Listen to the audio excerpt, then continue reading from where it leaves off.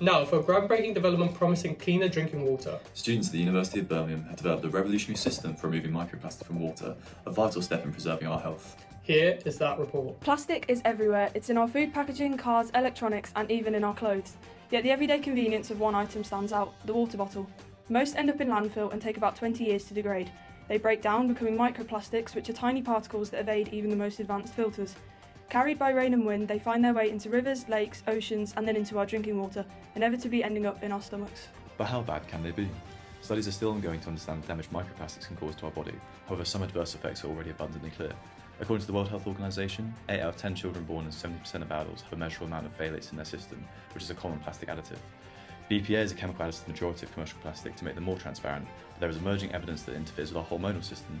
Today, 92% of people have BPA in their urine.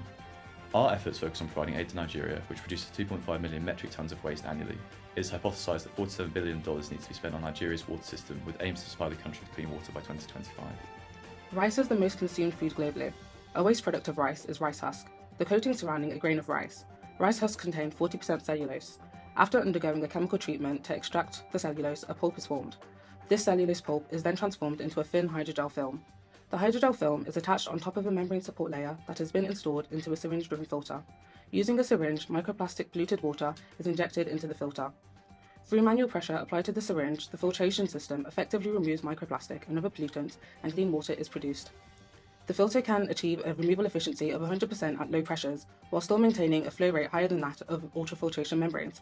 The affordable rice husks and other components make the filter the low cost of $1.70. Here's some insight from Dr. Pulu, a researcher of hydrogels at the University of Birmingham. Hydrogels are a great solution for filtering microplastics and other debris within water. The nanoporous structure that you get from hydrogels and the very open porosity in terms of having more than 95% of the space with open for water to diffuse through allows for such a large surface area of fine mesh structure to trap microplastics and other metal ions that you need to get rid of from water. And here's Anita, a little closer to home.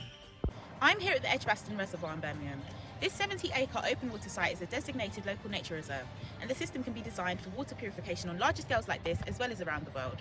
This reservoir is home to a diverse ecosystem, and removal of harmful contaminants from water supports ecological frameworks and promotes health. Not to mention it is formed from abundant materials and is biodegradable, meaning it is a more sustainable option. It's affordable, so its use by individuals or local authorities would be a major water purification advancement, and the researchers are looking for funding from individuals or charities like the Plastic Soup Foundation. Head to the social media page on screen to find out more.